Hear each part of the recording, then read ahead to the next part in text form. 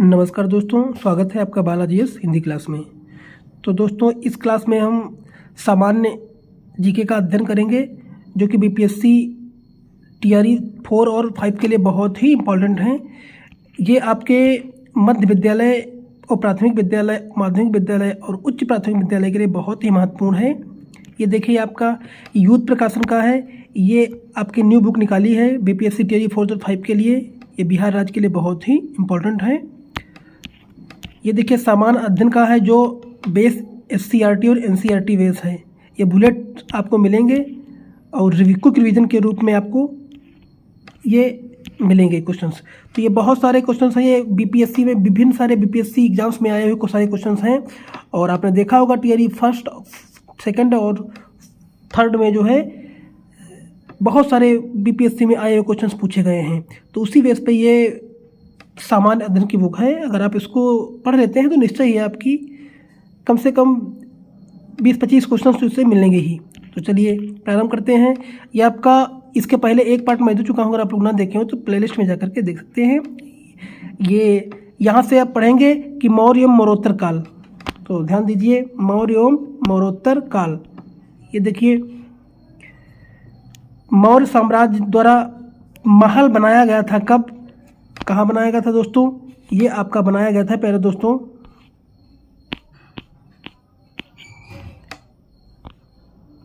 ये आपका कुम्हरार में बनाया गया था। देखिए, ये भी पूछे हुए सारे क्वेश्चंस हैं। शक संवत का प्रारंभ हुआ था 78 ईसा पूर्व में और दूसरी शताब्दी के आसपास रचित संस्कृत के शिलालेख के अनुसार सुदर्शन झील एक कृत्रिम जलाशय की मरम्मत की थी रुद्रदामन ने। अगला देखिए, मौर्य साम्राज्य का अंतिम शासक था बृहद्रथ और मेगस्थनीज को राजदूत के रूप में किसको भेजा गया था? चंद्रगुप्त मौर्य को। वह पुस्तक जो बिंदुसार को एक अभिषिक्त क्षत्रिय वर्णित करती है, ये क्या है आपका? दिव्यवादन। अगला है, मौर्य काल में संकट शोधन न्यायालय। ये कहाँ है दोस्तों? किस प्रकार का न्याय करता था? फौजदारी न्याय दोस्तों करता था। कौन? संकट शोधन। इसको इम्पोर्टेंट है, याद रखना। समाहर्ता था। कौन था समाहर्ता? आपका महासंग्रह करता था दोस्तों। अगला दोस्तों, मौर्य काल में शासकीय भूमि से प्राप्त आय को कहा जाता है? सीता। दोस्तों क्या कहा जाता है? सीता दोस्तों कहा जाता है।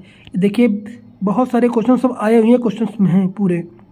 और मौर्य काल में शिक्षा का सर्वाधिक प्रसिद्ध केंद्र था क्या? तक्षशिला। और कौटिल्य का अर्थशास्त्र विभाजित है 15 अधिकरणों में।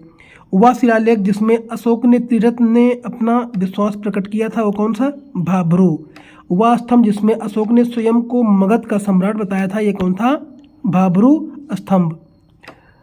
अगला है, अशोक के शिलालेखों में प्रयुक्त भाषा क्या है? प्राकृत भाषा है। और अशोक के ब्राह्मी अभिलेखों का सर्वप्रथम पढ़ा था प्रिंसेस ने पढ़ा था।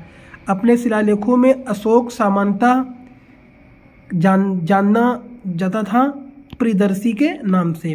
अशोक का वह अभिलेख जिसमें अकाल दुर्भिक्ष का उल्लेख है, वो कौन सा? सोह गौरा।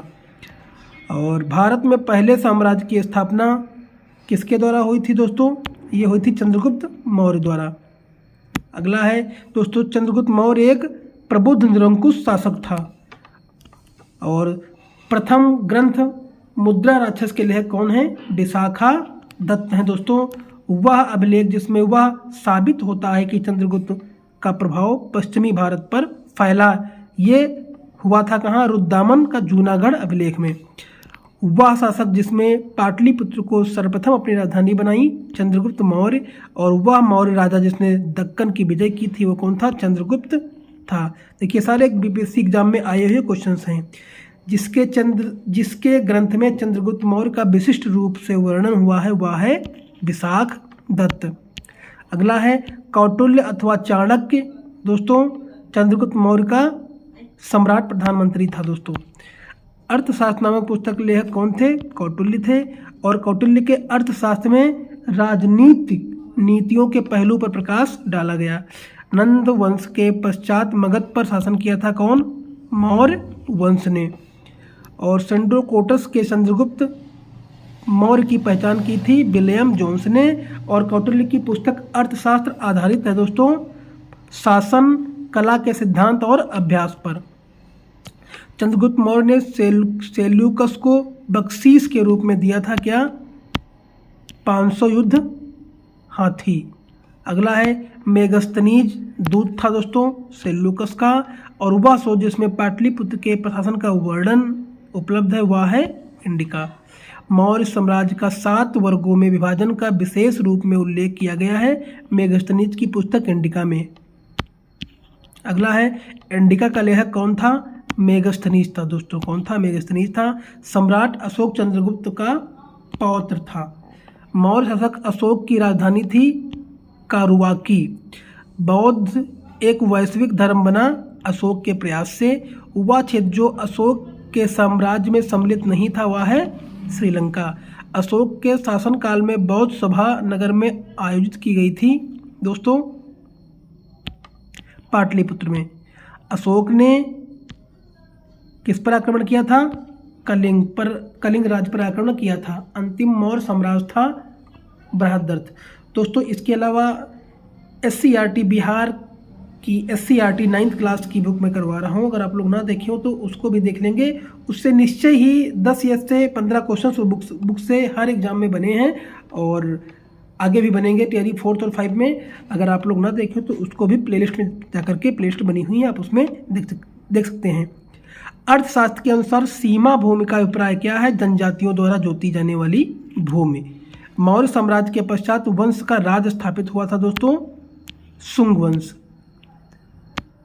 अगला है दोस्तों गौतमी पुत्र सतकर्णी का संबंध था दोस्तों क्या था?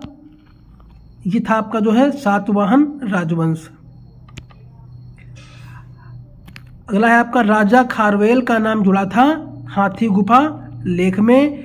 और कलिंग नरेश खारवेल हाथी गुफा प्रशस्त अंकित है प्राकृत भाषा में। और शक संवत प्रारंभ हुआ था 78 ईसा पूर्व में। शक संवत की स्थापना का श्रेय दिया जाता है कुषाणों को। और वह राजा जिसके युग में गौतम बुद्ध को एक देवता का स्थान प्राप्त हुआ था वो कौन था? कनिष्ठ। सर्वप्रथम व्यापक पैमाने पर स्वर्ण मुद्रा का प्रचलन किया किसने? बिमकड़फिसस ने। और कला की कंधार शैली फली फूली कुषाणों के समय में। कनिष्ठ के शासनकाल में बौद्ध सभा कश्मीर में आयोजित की गई थी दोस्तों। और सांची का विशाल स्तूप निर्धारित करता है मौर्यों के समय को। वह पुरातात्विक स्थल जो मौर्य राजप्रसाद से संबद्ध है वह कौन सा है? कुम्हरार। कौन सा दोस्तों? कुम्हरार। अगला दोस्तों मौर्य साम्राज्य से संबंधित एक तांबे की प्लेट कौन है? ताम्रपत्र। बराबर की गुफाओं को अशोक ने अजीवक को दान में दिया था। पाटलिपुत्र में स्थित चंद्रगुप्त महल मुख्यतः बना था लकड़ी का। और भूमि ब्राह्मण को दिए गए थे जो शाही दरबार से जुड़े थे। भारत में सोने के सिक्के जारी किए गए थे दोस्तों भारतीय यूनानियों के द्वारा।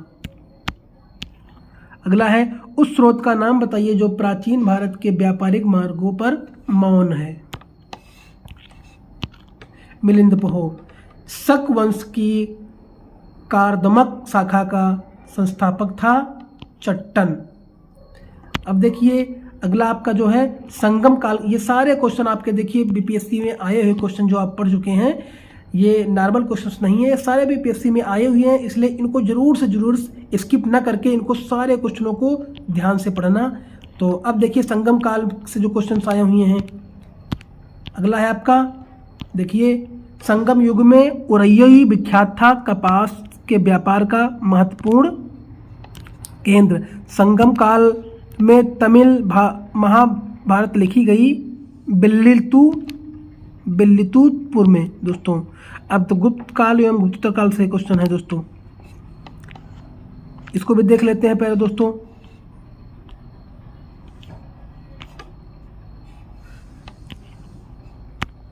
अगला है आपका एरन अभिलेख दोस्तों।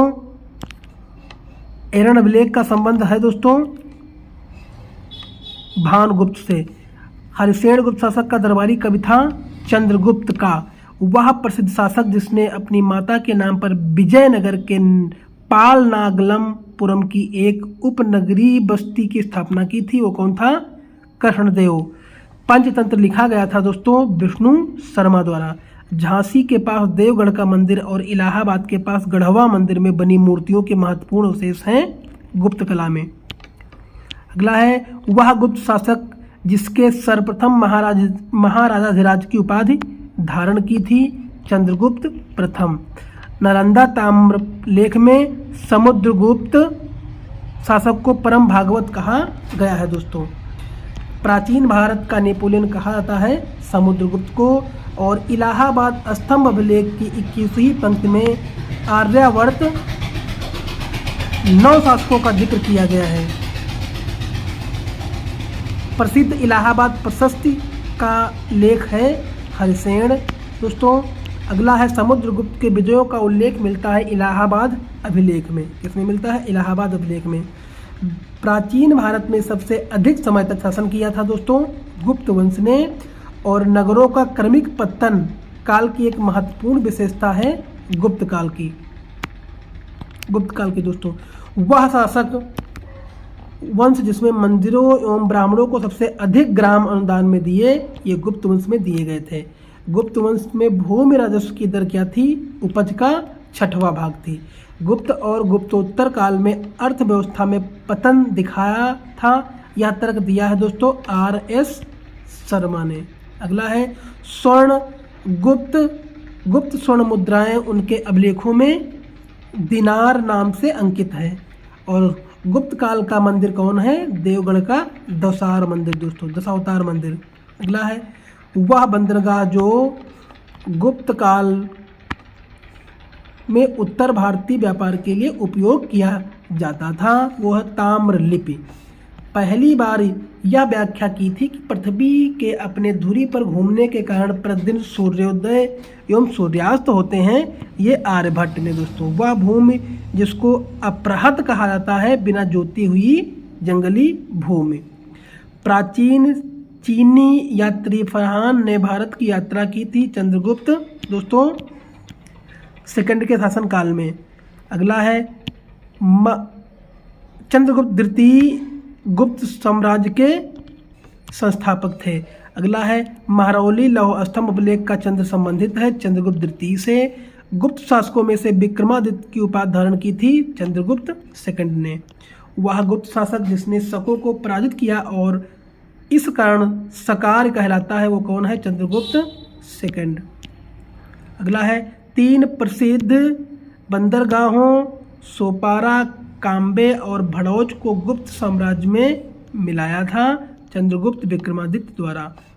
वह गुप्त शासक जिसने अपने बड़े भाई की हत्या कर सत्ता प्राप्त की थी, वो कौन है? चंद्रगुप्त तृतीय। गुप्त सम्राट जिसने हूणों को पराजित किया था, वो है चंद्रगुप्त। अगला है बुद्रा राक्षस नामक पुस्तक का लेखक था विशाखादत्त। और देवी चंद्रगुप्तम नाटक के रचनाकार थे विशाखादत्त। 12 प्रकार के भूमि का वर्णन मिलता है दोस्तों कहाँ? अमरकोश में। किसमें? अमरकोश में। आयुर्वेद के प्रसिद्ध ग्रंथ अष्टांग हृदय की रचनाकार हैं वाग्भट्ट। वह कवि जिसमें कुमार संभव महाकाव्य लिखा, वो कौन है? कालिदास। ताम्रपत्र लेख दर्शाते हैं कि प्राचीन काल में 12 के राजाओं का संपर्क था जावा सुमात्रा से। कर्नाटक वंश का संस्थापक कौन था? ज्ञान देव। अगला है कर्नाटक वंश का अंतिम शासक था हरीर। कौन था? हरि सिंह। नालंदा विश्वविद्यालय की स्थापना किस युग में? गुप्त काल में हुई थी। नालंदा विश्वविद्यालय के संस्थापक थे कुमारगुप्त। नालंदा विश्वविद्यालय के विनाश का कारण था मुस्लिम आक्रमण। नालंदा विश्वविद्यालय विश्व प्रसिद्ध था बौद्ध धर्म दर्शन के लिए। चीनी यात्री हुएंगसांग दोस्तों नालंदा विश्वविद्यालय में अध्ययन किया था। अगला थानेश्वर की राजधानी वर्धनों की थी। हर्षचरित नामक पुस्तक लिखी थी वाणभट्ट ने। और हर्षवर्धन के शासनकाल में चीनी यात्री हुएंगसांग भारत की यात्रा की थी। वर्धन राजवंश की स्थापना पुष्यभूत ने की थी। चीनी यात्री युआन चुआंग हुएंसांग भारत में पहुंचा था 629 सदी में। अब देखिए कुमारगुप्त सही सुमेलित कीजिए। तो ये आपका चंद्रगुप्त कुमार देवी की पत्नी है और समुद्रगुप्त प्रयाग शिलालेख, चंद्रगुप्त सेकंड विक्रमादित्य और कुमारगुप्त फर्स्ट महेंद्रादित्य। कल्हड़ की पुस्तक का नाम राजतरंगिणी है। पूर्व गुप्त काल में शीशे के सिक्के की एक बड़ी संख्या जारी की गई थी सातवाहनों द्वारा। अगला है किरार तर्जनी पुस्तक लिखा था दोस्तों किसने? भारवी ने लिखा था। किसने? भारवी ने लिखा था जो किया। अब देखिए अगला है आपका 1800 से 1200 ईस्वी तक की राजनीतिक सामाजिक स्थिति क्या थी। विक्रमशिला विश्वविद्यालय की स्थापित किया गया था दोस्तों, धर्मपाल द्वारा स्थापित किया गया था। तंजौर स्थित राजराजेश्वर मंदिर का निर्माण कराया था राजराज प्रथम ने। खजुराहो के विश्व प्रसिद्ध मंदिरों का निर्माण करवाया था चंदेलों ने। और गुर्जर प्रतिहार वंश का प्रसिद्ध शासक क्या था दोस्तों? वत्सराज था। अगला है संध्याकार नंदी के प्रसिद्ध ग्रंथ रामचरित की विषय वस्तु का संबंध है पालवंशी रामपाल से। ओदंतपुर शिक्षा केंद्र अवस्थित दोस्तों है बिहार राज्य में। और विक्रमशिला शिक्षा केंद्र संस्थापक का नाम है धर्मपाल। चोल वंश का संस्थापक था विजयालय। दक्षिण भारत के मंदिरों के आकर्षण द्वारा कहलाते हैं गोपुरम। 12वीं सदी में राष्ट्रकूट वंश के 5 शिलालेख दोस्तों कर्नाटक राज्य में हैं। दक्षिण भारत के साहूकारों का नाम था चेटी। परमार वंश के स्थापित किया गया था उपेंद्र ने। अगला दोस्तों मलाया सुमात्रा एवं जावा की विजय का श्रेय जाता है राजेंद्र चोल फर्स्ट को। सिंधु पर सफल आक्रमण करने वाला प्रथम अरब है मोहम्मद बिन कासिम। और पृथ्वी राजों के लेखक हैं चंद्रवर दाई। सुवर्ण भूमि का वह राजा जिसने नालंदा में एक बौद्ध विहार की स्थापना की, उसके राख रखाव हेतु तो अपने दूत द्वारा देवपाल से 5 गांव दान में देने की प्रार्थना की थी। इसने बालपुत्र देव ने। अगला है कल्हड़ की पुस्तक का नाम क्या है? राजतरंगिणी। महमूद गजनबी ने अपना अंतिम सैन्य अभ्यास भारत पर किया था 1027 में। और ऐहोल में दुर्गा मंदिर का निर्माण हुआ था चालुक्य काल में। अब देखिए कुछ विविध से क्वेश्चंस हैं। प्रथम तराइन युद्ध में पृथ्वीराज चौहान ने पराजित किया था किसको? मोहम्मद गौरी को। अजंता की गुफाएं महाराष्ट्र राज्य में, बद्रीनाथ धाम उत्तराखंड राज्य में स्थित दोस्तों हैं। बोरोदूर विश्व में प्रसिद्ध अद्भुत स्तूप है और इसकी मूर्ति और मूर्तिकला शानदार उदाहरण है भारत जावा कला का। राग विबोध ग्रंथ के लेखक का नाम क्या है? सोमनाथ दोस्तों। अगला है प्राकृत प्रकाश ग्रंथ लिखा था दोस्तों किसने? वररुचि ने लिखा था। अगला पूर्व मध्यकालीन भारतीय साम्राज्य व्यापक स्तर पर स्थानीय शासन के लिए प्रसिद्ध था चोल दोस्तों।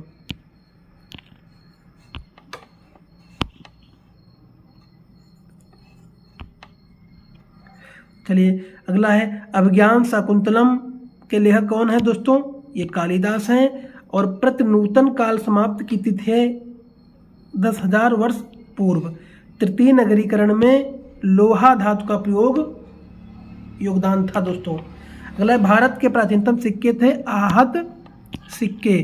प्राचीन भारत की वह लिपि जो दाहिने से दाईं बाईं ओर लिखी गई थी वो है दोस्तों खरोष्टी। प्राचीन भारतीय शिक्षा व्यवस्था में ओम शब्द से शिक्षा आरंभ होती थी। अगला है विश्व का सबसे ऊंचा कहा जाने वाला विश्व शांति स्तूप बिहार में राजगीर में है। नालंदा महाविहार विख्यात है पाली अनुसंधान संस्थान के लिए। और बौद्ध, हिंदू एवं जैन शैलकृत गुफाएं एक साथ विद्यमान हैं एलोरा में दोस्तों अगर ये वीडियो 1 से 2 बार आप देख लेते हैं तो निश्चय ही आपको सारे क्वेश्चंस रिपीट हो जाएंगे और सारे क्वेश्चंस अपने आप याद हो जाएंगे। अगला शैल चित्रों में अलंकृत बाघ गुफाएं हैं विंध्याचल दोस्तों पर्वत श्रेणी में पाई जाती हैं। सात के वंशियों द्वारा बनाया गया बौद्ध स्तूप क्या है? पिपराहवा है। और चीनी यात्री शुग युग ने भारत की यात्रा की थी 515 ईस्वी में और 520 ईस्वी के मध्य। स्वप्न सुवासो दत्ता के लेखक कौन है? दोस्तों ये भास हैं। धर्मशास्त्रों में भू राजस्व की दर क्या थी? 1/6। 800 से 600 ईसा पूर्व का पूर्व काल दोस्तों ब्राह्मण युग है। अगला पाणिनि कृत अष्टाध्यायी संबंधित है व्याकरण से और मत्स्यकटिकम का लेखक शूद्रक है। अजंता की चित्रकला से जातक चित्रों का वर्णन मिलता है। सूर्य सिद्धांत के लेखक कौन है? आर्यभट्ट। और अप्रतिरथ विष्णु हिंदू देवता का और एक नाम है दोस्तों। राजनीति रचनाकार के लेखक कौन है? चंद्रशेखर। और उदंत प्रकाश के लेखक मौली कवि हैं दोस्तों। अगला है हूण राजा तोरमाण प्रकाश वर्धम औलिकार राजा द्वारा पराजित किया गया था। और तंजावुर में बृहदेश्वर मंदिर का निर्माण कराया था राजचोल फर्स्ट द्वारा। वह अभिलेख जिसमें विधवा दहन का उदाहरण उल्लिखित है भानुगुप्त का एरण अभिलेख। अगला महावंश के अनुसार बिंबिसार सिंहासन पर बैठा था 15 वर्ष की आयु में। और बराबर पर्वत श्रृंखला स्थित गोरथागीर विवाहित की गई है दोस्तों खारवेल के द्वारा। और मोरक्को के यात्री इब्न बतूता का वृत्तांत रहला रूप में जाना दोस्तों जाता है। तो दोस्तों इस सेट में इतने क्वेश्चनों को रखेंगे। आप जैसा कि देख रहे हैं सारे क्वेश्चन आपके देखिए बीपीएससी में बिहार बीपीएससी में आए हुए हैं। सारे क्वेश्चन आप देख लीजिए, ये सारे क्वेश्चन आपके आए हुए हैं। अगर आप इसको 1 से 2 या 1 से 2 बार वीडियो देख लेते हैं तो सारे क्वेश्चन अपने आप याद हो जाएंगे। और बीपीएससी जो आपका 40 नंबर का एग्जाम होता है उसमें निश्चय ही आपके 30 से 35 क्वेश्चंस मिलेंगे, क्योंकि ये सारे वीडियो में ये पूरी बुक का वर्णन करवाऊंगा। इसमें सारे क्वेश्चंस आपके मिलेंगे जो बीपीएससी एग्जाम में आए हुए सारे क्वेश्चन आप देख रहे हैं, सारे क्वेश्चन आए हुए हैं। अगर आप इसको 1 से 2 बार अध्ययन कर लेते हैं, वीडियो 2 बार देख लेते हैं तो निश्चय ही आपका बहुत ही फायदा होने वाला है। और आपका जो है जब आप एग्जाम देंगे तो दूसरे से अलग ही अपने आप को फील करेंगे और सारे क्वेश्चंस आपको आसानी से लगा लेंगे। तो अगर वीडियो अच्छा लगा हो तो लाइक करिए, कमेंट करिए, चैनल को सब्सक्राइब कर लीजिए, अपने दोस्तों में भी शेयर कर दीजिए। धन्यवाद।